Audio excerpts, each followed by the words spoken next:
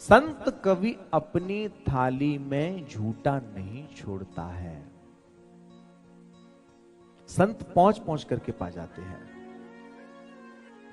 संत समाज को संदेश देता है कि अपनी थाली में कभी झूठा मत छोड़ो, उतना ही लो थाली में, व्यर्थ न जाए नाली में।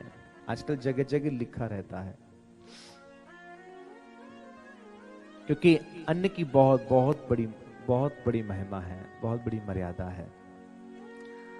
अन्न की बर्बादी ना आपके हित में है, ना इस राष्ट्र के हित में है, और ना ही विश्व के हित में है।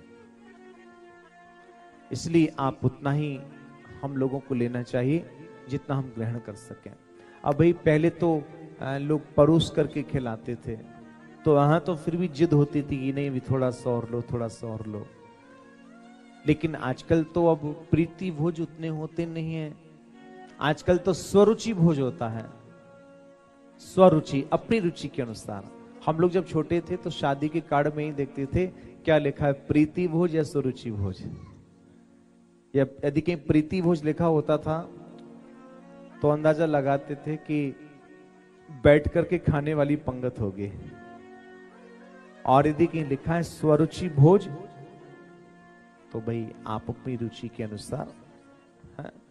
और स्वरुचि भोज में तो किसी भी प्रकार की कोई बाध्यता तो होती नहीं है, बहुत सारी वैरायटियां होती है महाराज। स्वरुचि भोज का तात्पर्य है आप पहले निरीक्षण कर लें कि क्या क्या सामग्री है, फिर जो आपको लगे आप थोड़ा थोड़ा लीजिए, खाइए और फिर लीजिए, फिर पाइए। लेकिन हम लोग क्या करते हैं महाराज, पुलाव तो ऐसा रखेंगे जैसे दोबारा कभी मिलेगा कि नहीं मिलेगा, बिल्कुल पहाड़ जैसी चोटी बना करके।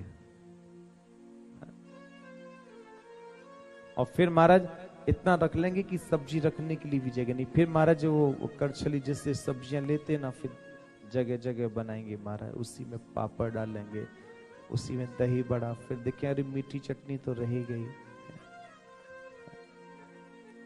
महाराज प्लेट की वो दुर्दशा करते हैं महाराज। इतने सुंदर सुंदर व्यंजन है।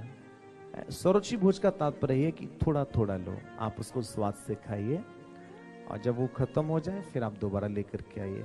लेकिन हम अकारण अनावश्यक रूप से इतना परोस लेते हैं, प्लेट में इतना ले लेते हैं कि अब आपके मन को बहा रहा है कि नहीं बहा रहा है, और एक दो गज से खाए और लिया डस्टबिन में डाल दिया। आपको पता है झूठा छोड़ने वाला कौन बनता है?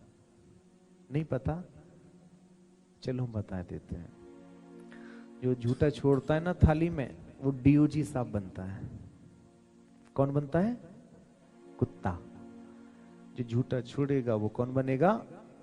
और जो छोड़ेगी वो मैं नहीं बोलूंगा। ये तो थोड़ी व्यंग्यात्मक बात हो गई, लेकिन अभिप्राय यही है कहने का कि हमें अन्न की बर्बादी नहीं करना चाहिए। उतना ही लें। क्या पता भाई आप अनावश्यक रूप से ज्यादा रख लें, आप खा पा नहीं रहे हैं, और फिर पीछे और भी कोई खाने वाला है, उसके लिए बचे ना बचे। इसलिए पेट भर के खाओ, लेकिन थोड़ा थोड़ा लेकर के। आप ये मत समझ लेना आप लोगों के लिए सुना रहे हो, ना ना ना, ये तो चर्चा उठी है प्रसंग की, प्रसंग से प्रसंग जुड़ा हुआ, इसलिए ये बात कही है।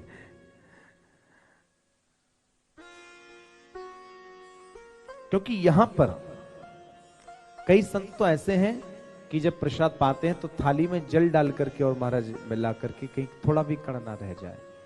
बहुत से लोग तो पता क्या कहते हैं, अरे यदि हम थाली में झूठा नहीं छोड़ेंगे तो नाली के कीड़ों का क्या होगा। ये सिर्फ बहाना है, ये सिर्फ बहाना है। आपको यदि नाली के कीड़ों की चिंता है तो आप स्वयं अपने खुद के खाने से पहले उनके लिए नाली में डाल दो ना महाराज। जब आपका झूठा खाएंगे तब भी उनका पेट भरेगा क्या?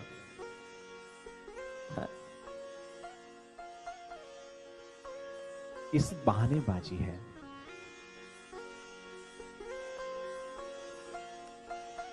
महाराज अन्न की बर्बादी किसी को भी नहीं